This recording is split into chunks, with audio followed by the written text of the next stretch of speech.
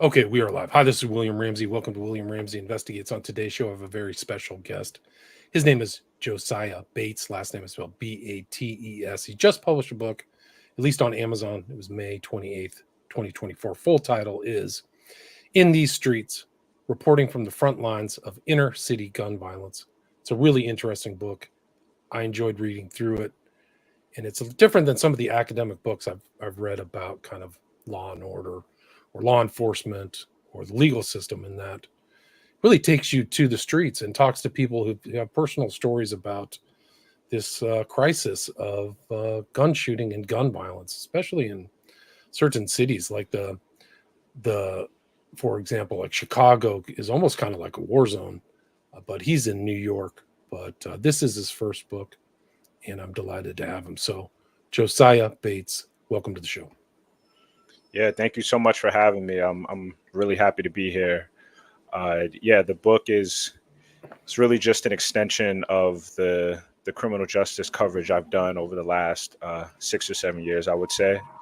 I started out working at Time Magazine, where I was covering criminal justice issues, and while I was there, this was when in 2020 when George Floyd was killed, and doing a lot of coverage around that, and then around that same time there was this surge in gun violence that happened across the country, and I was covering that in real time as well. And I was hearing a lot of the same things from people in different communities just about why this is still an issue that we're dealing with, and that there's solutions to it, and we need to apply these solutions. And hearing all of those things, I just thought it could be interesting to write a book about it, looking at that current moment, or that moment, and proposing some of those solutions. And when I was doing research, I noticed that there really hadn't been a book about gun violence that was really told from that community perspective that you explained at the beginning.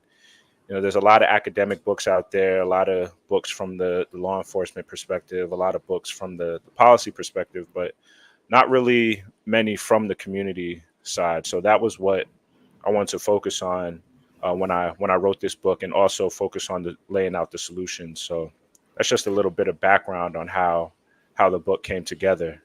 Can you talk about how your research, because you have a whole host of first person accounts of people who've experienced gun violence, who've been shot, who are in from the inner city. Can you talk about the research and kind of the background steps you took to put the book together? Yeah, it was just, again, I because I had been covering the topic, I developed a lot of sources in a lot of different cities. But with the book, I just had to take it to a whole nother level. So it was a lot of contacting of community orgs in different cities, who would then in turn put me in touch with everyday people. I did some traveling as well. So going to different organizations, different community board meetings, and just doing as much outreach as I could. And I really wanted to highlight those voices, because I felt like we don't hear enough from those voices when we talk about gun violence. When you look at some of the mainstream coverage, or some of the discussions we have about it, we focus too much on some of the other facets of it, and not enough on the community side. So I really wanted to dig into that when I was doing my reporting. So it was just a lot of phone calls, a lot of emails, a lot of knocking on doors, and things of that nature. It took a lot, but I'm happy with the way it came together. Yeah, so you have a lot of those first person, but also you kind of are in the boroughs of New York City, so you've seen and heard stories yourself. So it's also somewhat personal. Would you agree with that?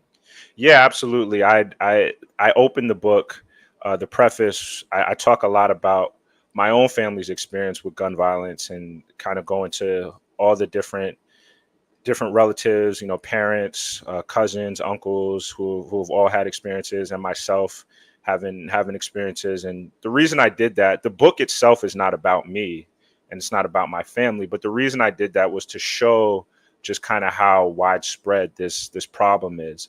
I think some of the perception around gun violence, especially gun inner city gun violence, is it's just people that are deciding to pick up a gun, or it's just people that are deciding to be involved in activities that they shouldn't be, when in reality this issue, it impacts all facets of these communities, where you can have someone like myself, who I was never out in the streets, I wasn't hanging out on the block or anything like that, but because of the neighborhood I grew up in, and because it was a problem in our neighborhood, it impacted me, it impacted other members of my family. So I wanted to highlight that, and I thought, a good way to do it would be to talk about my own family and some of our experiences before I got into the kind of nuts and bolts of the issue overall.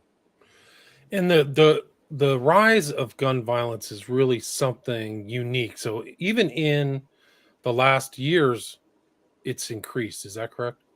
Yeah, so essentially what happened is in 2020, and there's a lot of debate about this, but from my perspective and from some research that's out there, in 2020, around the time COVID started, the pandemic started, we were seeing these increases in the across the country in different cities. It really took off though in the summer after George Floyd was killed, where you had this significant surge across the country. Where by the end of 2020, it was the single, it was a record homicide rate from 2019 to 2020. It went up 30%, which was the largest single year increase in I think about 50 years, and most of it was driven by homicide. So that year it went up significantly. In 2021 it went up a little bit as well, and then in 2022 it started decreasing, but it was still at a higher level than it was prior to the pandemic, or prior to George Floyd in 2019. Now we're in a place where the numbers nationally are starting to go down, where by the end of this year we might end up having one of the greatest single year decreases that we've ever had in the country. So it really ebbs and flows. But one of the points I make in the book is, the national numbers, it, they ebb and flow from time to time, but it's important to know that in the communities that struggle with it historically, it's always been a problem there, regardless of what the national numbers tend to say. So we need to apply the solutions that I lay out, and the solutions that a lot of activists and researchers and academics call for. We need to apply those consistently in the short term and in the long term, so that we can have a positive impact on it for years to come, and stop with the ebb and flow that happens around the issue. And can you talk about the cost? I mean, the cost, not just in monetary, I mean, monetary figures, you have those in your book, but also just the general cost of gun violence in inner cities. Oh yeah, it completely destroys any economic viability of a community. If you think about a neighborhood, let's just say a neighborhood in Brooklyn, where there's constantly shootings every day on one particular block. You got to think about what that does for the long-term sustainability of that block financially. Businesses will leave, residents will leave the block. All of a sudden now it's just a block with abandoned buildings, and that destroys any opportunity for people. So if you take that one block and apply it to a few different areas in the neighborhood, it destroys any chance of people in those communities to have some type of financial sustainability in the long term.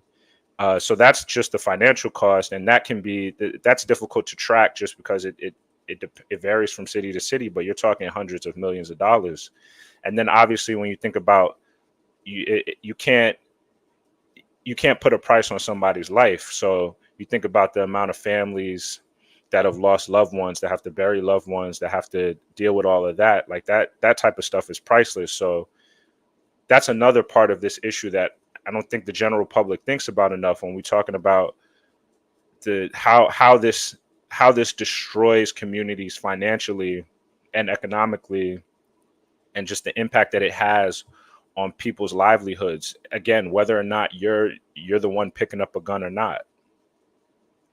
Right. So it has kind of it's like dropping a pebble in a clear lake. Like there's ripples that go through a community, but also 100%. a lot of it isn't.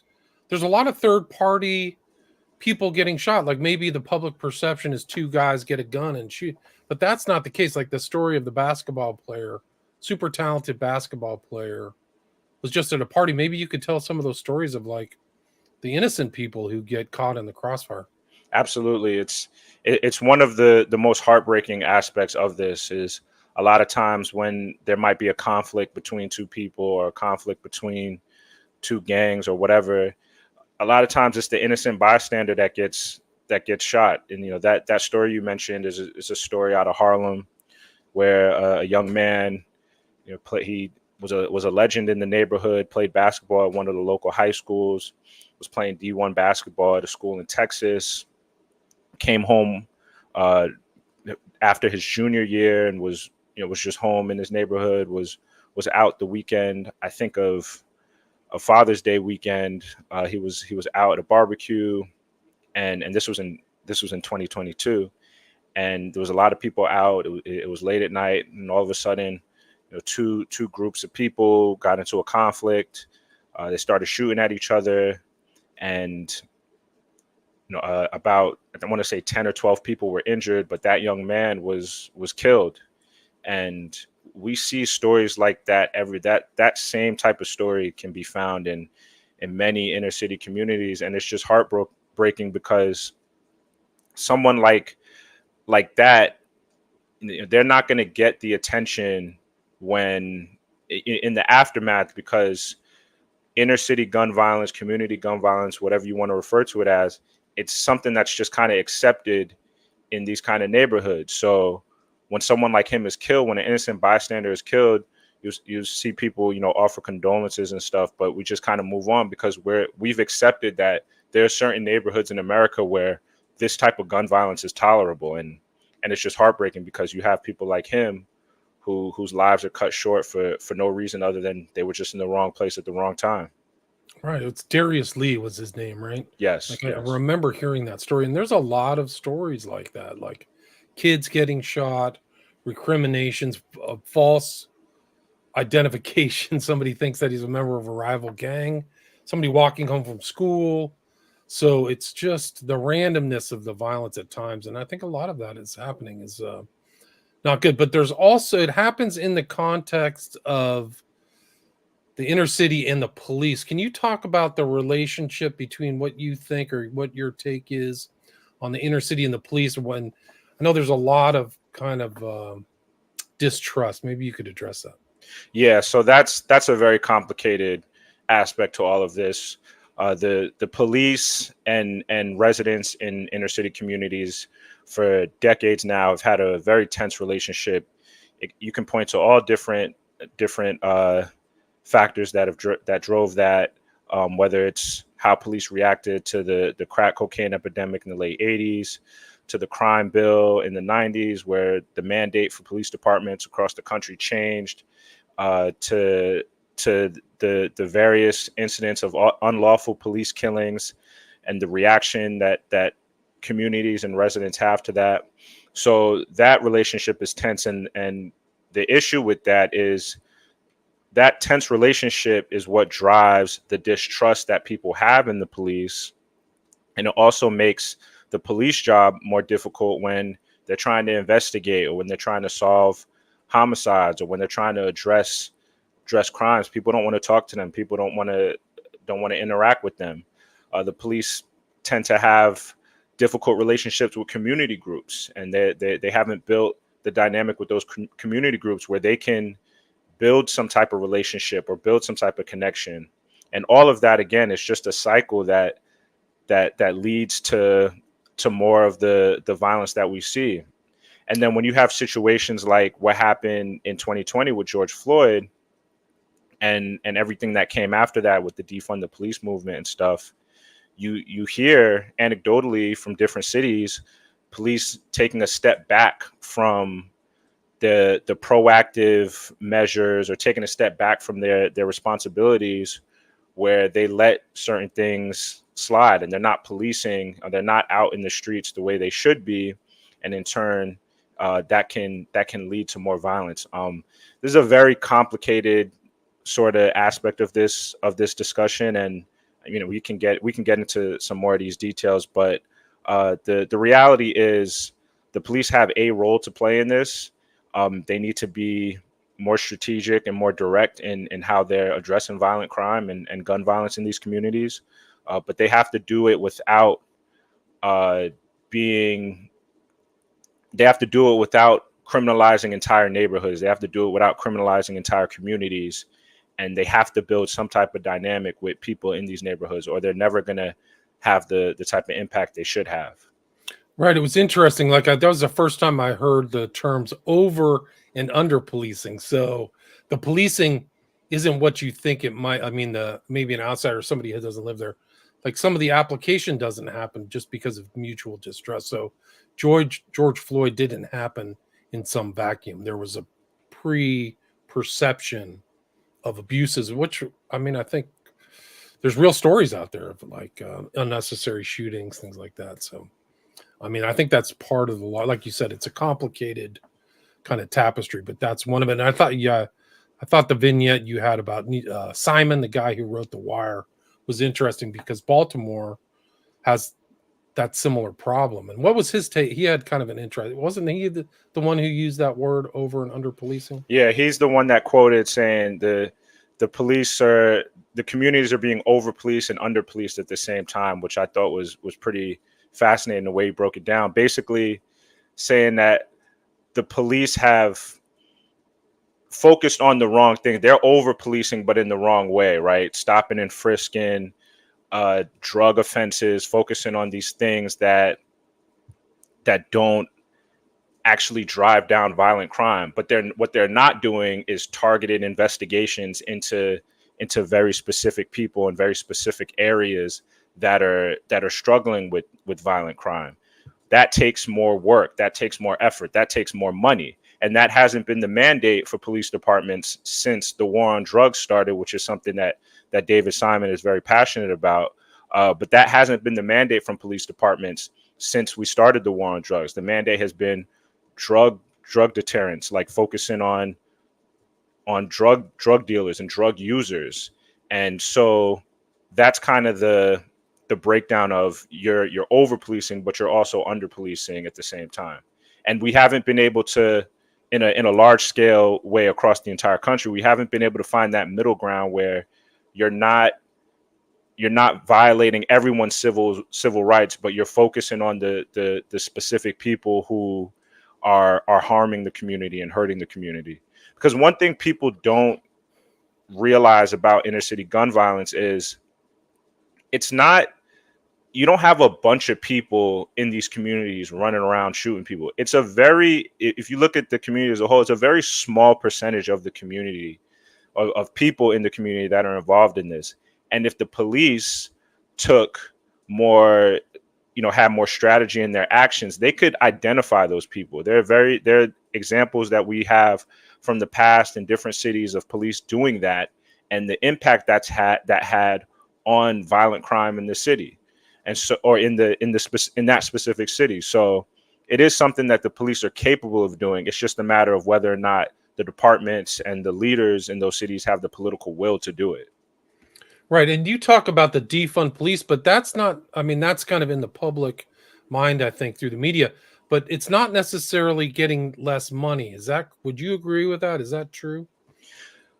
So it is in part. So the defund the police movement, at its essence, the argument or the term was misused by different people. They were taking it to mean something that it didn't mean. What it meant was take funding from inflated police budgets and apply it to different social services, other avenues, other root causes that impact violent crime. Now, there were some people who used it to mean abolish the police. There were some people who it was just used in a lot of different ways. But all it was supposed to be about was taking funding from police departments and applying it to some of the other avenues that impact violent crime and other issues going on in these communities. Do you think that that's an effective means to curtail inner city gun violence? I think it can be. I think the issue is when you get into the conversation of removing police from these communities, that's where it gets tricky. I have not, and I can only speak from my experiences and my reporting. I've spoken with a lot of different people in a lot of different communities. different experts and so on and so forth. There's no one I've spoken to that lives in these communities that says they don't want the police there. That's not the argument that they make. What they say is they just don't want the police to target and abuse everybody. They want the police to focus on the people who are committing violent crime, but they don't want the police gone. Now, there are different academics, there are different people, some people in the abolitionist movement that make the argument that we need to just get rid of police right away and focus on these other avenues. I personally don't think that's the way we need to go. And I haven't spoken to anybody that lives in any of these communities that think that's the way we need to go. But that is an argument that some people make. But that wasn't the argument, my understanding of the argument of the defund movement when it started. It was about taking some funding from police departments and putting it into some other avenues. Right, but that's a form of investment. But if the police were targeting the real violent criminals, like the felonious criminals, that would open up so many opportunities for economic redevelopment or investment or things like that if people know they were safe. So I think you're right. It's like a small minority. What do you think, like this kind of investment? I mean, is it worthwhile to invest in places in the inner city if there's still violent crimes taking place? I mean, I think a lot of these urban areas where there's a lot of violent crime, big corporations and things are moving out. They're reinvesting. And what are your thoughts on that? That's a great question, because it's kind of like the chicken and the egg, where it's like violent crime drives poverty, but poverty also drives violent crime. So it's like, how do we address it? I think you need to do both. I think cities need to invest in these neighborhoods while also investing in actions against violent crime in the present, right? If you talk to certain experts and academics, they don't believe investment will play a role in addressing violent crime, especially not in the short term. Could it be? Is it something that can have an impact in the long term? I believe it can, just because I know the makeup of these communities. A lot of the people that are involved in some of these activities, the way it starts out as just a means of opportunity. It starts out as a means of making some money or doing something where you can provide for yourself, and then it turns into something else. So I think cities definitely need to invest. You can invest in the schools in these neighborhoods. You can invest in the social services in these neighborhoods. You can invest in the community groups that are out doing the work. You can fix up some of these vacant houses, these vacant properties in these communities, and build affordable houses. Like, that's how you can invest in the community while also investing in the public safety measures to address violent crime and shooting. I think the mayor of Baltimore did just that this year. I think he said, "Hey, you want a house for $1? Come back in here and rebuild these houses that are abandoned or something." So I think those are good ideas. Yeah, there's a lot of nuances to what happened in Baltimore, but yeah, and different cities are trying some of this stuff. It was obviously in 2020, this was the big talking point and something that a lot of cities were considering. I think now that we're a little removed from it, we're seeing some cities step away. That different cities are stepping away from some of the community-led violence intervention programs, which I think is a mistake. The whole point of those is you got to commit to them in the long term, so that they can have an impact now, but they can consistently have an impact in the future. But yeah, different cities, you're seeing it sprinkled around in different cities and different neighborhoods. Interesting.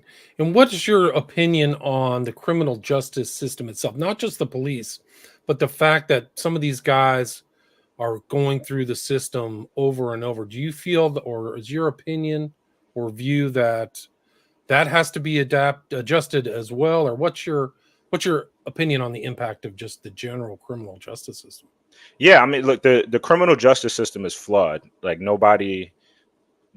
don't think anyone can argue otherwise. We have a very flawed system, and it can be a bit arbitrary as well. I think the system needs to focus more on rehabilitation rather than being punitive. In the book, for example, the character who I follow throughout the whole book is a Brooklyn based violence prevention worker. He's someone who goes out into the community and tries to resolve conflicts that are happening or that could be happening. And he's someone who he grew up in the 80s. He was in the streets. He was getting into shootouts, robbing people and stuff. Went to prison at a really young age, about 16 to 17. Was in prison for about 20 years. Really rehabilitated himself and came out and now wants to, or for the past 10 years has been a positive impact in his community. In an ideal world, that's the scenario, right? Someone, they go to prison, they pay. If you're going to go to prison, if you committed a crime and you have to pay the price for that, if you can come out, if you're able to come out, you come out rehabilitated. You don't come out ready to commit crimes again. So I think our criminal justice system, absolutely there are flaws. We need to focus more on rehabilitating and helping people, especially I would say young people, rather than just locking somebody away and throwing the key away, because we know now we have years and years of data that doesn't work. It doesn't work. It's just you're ensuring recidivism. Exactly. The system itself doesn't work. It's corrupt in the sense that you just kind of rubber stamp people and nobody's really looking at the individual. It's incredible. Exactly. It's incredible that we still do it. And I think that nonviolent crimes are, in my opinion, it doesn't make sense. Like, it's a nonviolent crime and you're inhibiting somebody from being a functioning, productive member of society for nonviolence, whether it's a drug crime or whatever. It's like, wow. Yeah. I mean, it's creating these kind of things. I think the kind of penal system itself may even make people more violent. It can. So, yeah. So I think that's another. So if you look over all these problems, these some of these cities, New York, Chicago, Baltimore, what do you think? Like, you have the kind of epilogue, the path, or what's the evidence that actually shows a solution to the problem? Yeah. So the big point with the solutions, I would say, is one, there's not one solution to gun violence. I think we've, as a country and in individual cities, have tried the one solution approach, which is the just lock everybody up approach. And that clearly hasn't worked.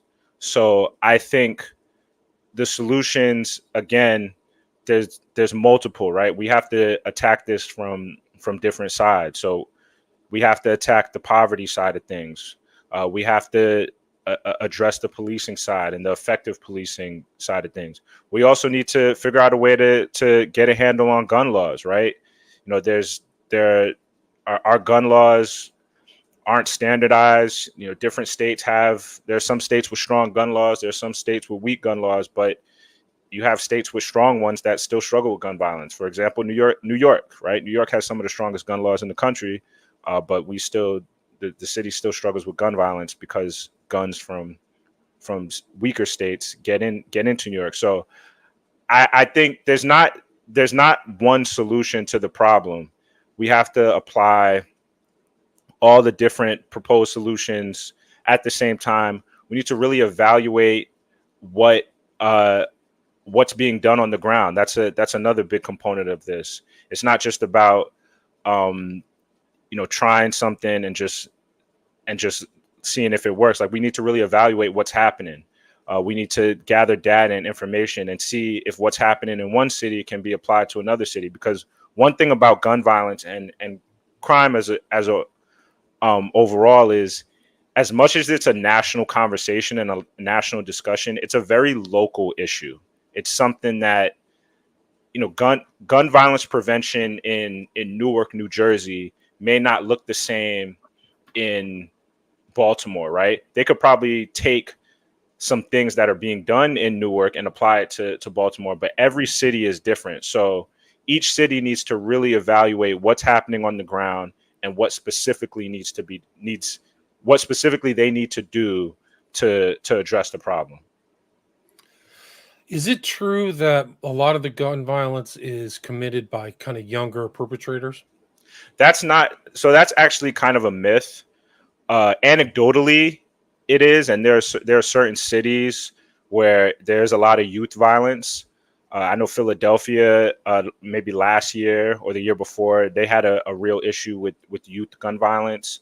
Same with Richmond, Virginia, last year had an issue with youth gun violence, or maybe in 2022. But the average age of a shooter, so to speak, is like mid to late 20s. So it's not. But the reason you want to address things at the youth age is because you want to do enough to prevent. Like the whole point is to do enough, take enough proactive actions to prevent somebody from going down the path where they feel like they need to pick up a gun.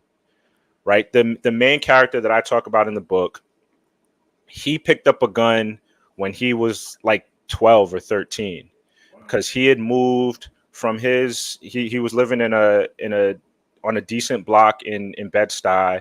There was a fire that burned down his house. He ended up having to move to the projects, and he was just in this environment where there was a lot of this stuff. People had guns, people were doing drugs. He was seeing all of that, and he was drawn to it. And he picked up a gun at a young age, and then all of a sudden now he's a stick-up kid. So even though on average it's adults doing it, the whole point is you want to do enough preventive work at the beginning where they're not, by the time they're an adult, they're not picking up a gun and getting involved in the streets.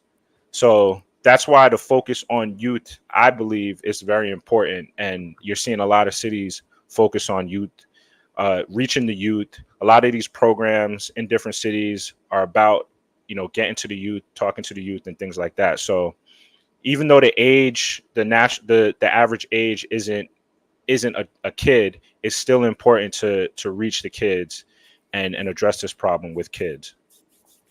And do you think kind of decriminalization has anything to do with gun violence? The lack of prosecution, maybe for crimes under, like in California, I think it's $950 or something. Do you believe that has any impact?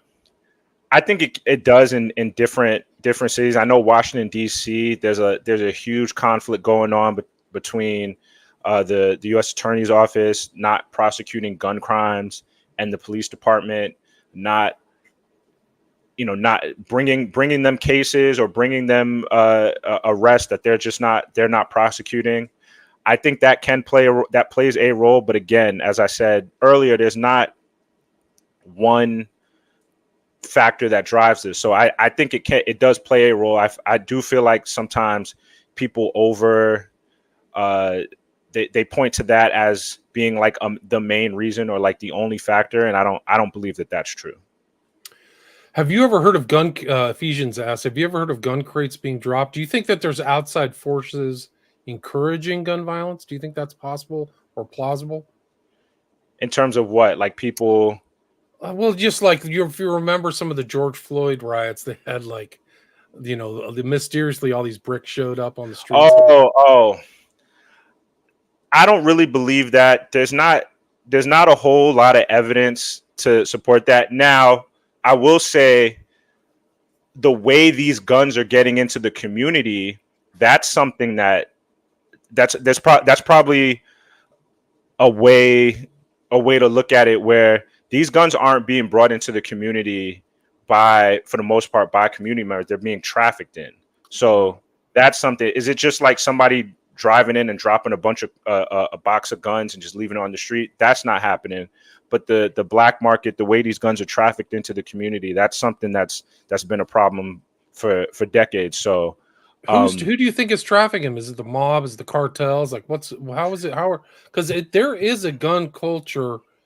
I'm not, like you said, it's a small minority, but I've seen some clips online. These guys have modified guns, yeah. modified clips. It's pretty intense.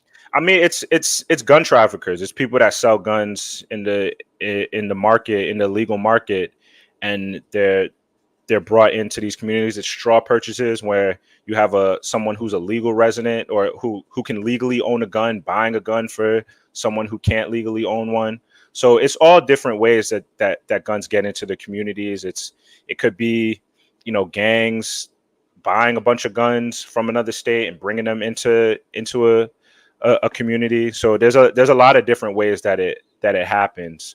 And Do you it's I'm sorry, go ahead. do you Go ahead. think the gangs are really a key component of the violence, or is it just kind of individual persons? Like, There how much is it due to gangs?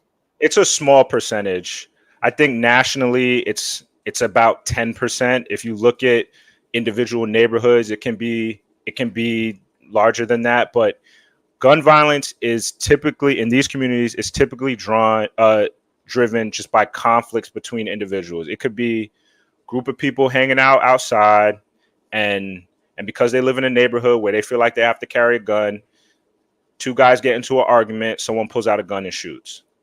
And then now that person that got shot, now his brother wants retaliation, so he's going to get a gun and he's going to try and kill the person that killed his brother, but he accidentally hit somebody else, and then somebody, like, it's a cycle. So it's not all just gangs.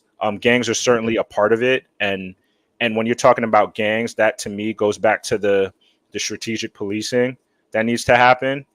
Because if you know there are gangs in a community that's driving most of the violence, that's where the police should be focused. They don't need to focus on everyday people that are just walking around. But gangs are a part of it. And you talked about the crack epidemic as kind of being a watermark or something from this gun violence. Do you think that kind of the culture encourages maybe suggestible youth in the inner city to become part of this gun culture? Do you think that that has an impact, or do you think that that's overwrought or overstated? If you talk to old folks in these communities, they'll all say that. They'll all blame, the whether it's, you want to call it gun culture or drug culture or the music and stuff. Look, I don't think it would be genuine to blame rap music or drug culture on at all the gun violence that we see. Now, again, does it influence kids? Absolutely. You shouldn't, I don't think some of this music or some of this the stuff we have with the culture is for children. But when people want to just point to that, I think they're doing that in a way that ignores some of the societal and systemic issues that drive this. So it plays a role. Again, it's something that could play a role in this, but I don't think it's fair to say that's one of the only reasons, and that's why everything is happening. But there are people that try to make that argument. There's kind of a long roster of rappers with some pretty rough content that have died. Like, I think of the guy XXX Temptation, and then here I live in LA. This guy Nipsey Hussle, Yeah. like a great guy. He seemed like a really not even a violent guy, actually. Not kind of maybe not as dark as my understanding as maybe some of his other styles of rap, but he unfortunately lost his life. Like, I see murals and pictures of him everywhere, so he's well remembered. But so it's a shame. It's such a loss. It's such a loss. Nipsey's death was a huge deal, and something. You're right.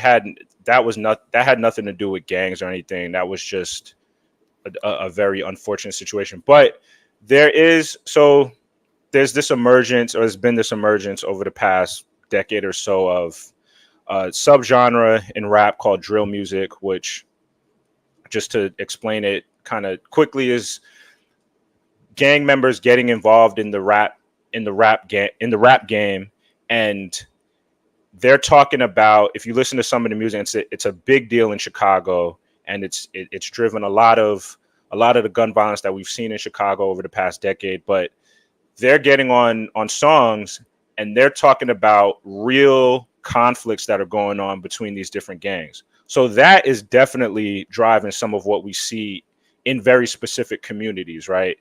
And because rap music, most of the times in the past, even though rap artists have had beef for years, a lot of times you're speaking like more hypothetically. But when you look at certain drill artists, they're talking very specifically. They're naming specific people that they've either have a conflict with or specific people that they've killed. And that, so yes, that is something that that certainly plays a role in different communities. And I even think, there was in New York, Eric Adams. I don't know if he signed legislation, but he did talk about addressing like the drill music and the real the real conflicts that came out of that. So yes, that part of it is certainly something that plays a role in gun violence. But again, I don't think that should overshadow, because if you remove the music, right? If you remove rap music or drill music or whatever, these communities still have problems. These communities still have a ton of guns. These communities are still poor. Rap music is not leading some people to pick up a gun. People are going to pick up a gun regardless because of the way these communities are set Some up. of that drill music is almost like a folk story or something, just for the inner city. Like you have like guys who are, in the barrio or other places, and that's kind of like what they tell their stories. It's a violent culture.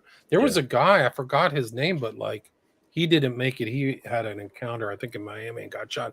He had like 12 confirmed kills. I forgot his name. Yeah, that's exactly. And somebody was trying to get me to do a show. I was like, is this really real? Is this guy really that intense? And he really was. He really was. He was just a guy who grew up on the streets. Maybe some of the characters in your book, like him, man, which is really incredible.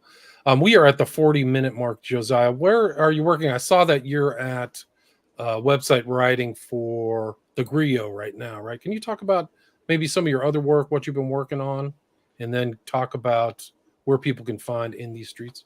Yeah, so I'm actually not with the Griot anymore, but I was most recently writing about a lot of this stuff along with some other issues impacting the Black community. But I have officially signed on to work on a second book. Oh, nice. Congrats. Which will be about elite police squads and the impact that they've had in different communities. So it's kind of looking at the formation of somebody. I don't know if you're familiar with what happened with Tyree Nichols in Memphis, the young man that was killed by officers in the Scorpion unit. Yeah, right. That's right. They were all African American too, right? Yes. Yeah. So I think I've seen the video and the story of that. Yeah. Yeah. So it's basically looking at teams like that in different cities and kind of the impact that they've had and why police departments created them and what their role ultimately turned into over the past 20, 30 years. So that's something I'm excited to be working on. And yeah, just doing more coverage of this topic, and trying to get the book out there as much as I can. So if you're not at the Griot, are you affiliated with any outfit or network or anything like that right now? I'm freelancing right now. Do you have a Substack? I do, yes. What's the name of it? It's Josiah. It's called In the Margins. Yeah. And I can share. I'll put a link to it in the show notes. In the Margins, Josiah Bates. And your book also, you can get it in multiple formats, right? Yes, you can get it on Amazon, Barnes and Nobles, wherever you get books. It's also there's a Kindle version as well. If you just go to my website, josiahbates.com, and you can buy it there. I have links to it there. But yeah, can people get a signed copy if they want? Yeah, they can. I would definitely do that. I've signed some copies and mailed a few out. So yeah, I would definitely do that. Let me see if I can pull your website up real quick. I'll put your website up in the show notes. Here it is right here. So people can go there. And then is that the best? If anybody has any follow-up questions or wants to contact you through your website is probably the optimal place. Yeah, that's the best way. My Substack is there too, up where the logos are. So yeah, that's the best way people can get in touch with me. Excellent. And you're on like Twitter too. So yeah. But yeah, I'll put a link to your Substack and your website. And thanks so much for your time and congrats on the book. It's really well written. And I like the approach you had. It's very like you kind of see it from other people's perspective, not some detached, academic ivory tower approach. So good job. Name of the book again. Yeah, thank you. In These Streets, the name of the book, In These Streets, reporting from the front lines of Inner City Gun Violence, just published May 2024, and the author is Josiah Bates, Bates. Thank you so much for your time. Thank you. All right, stay there.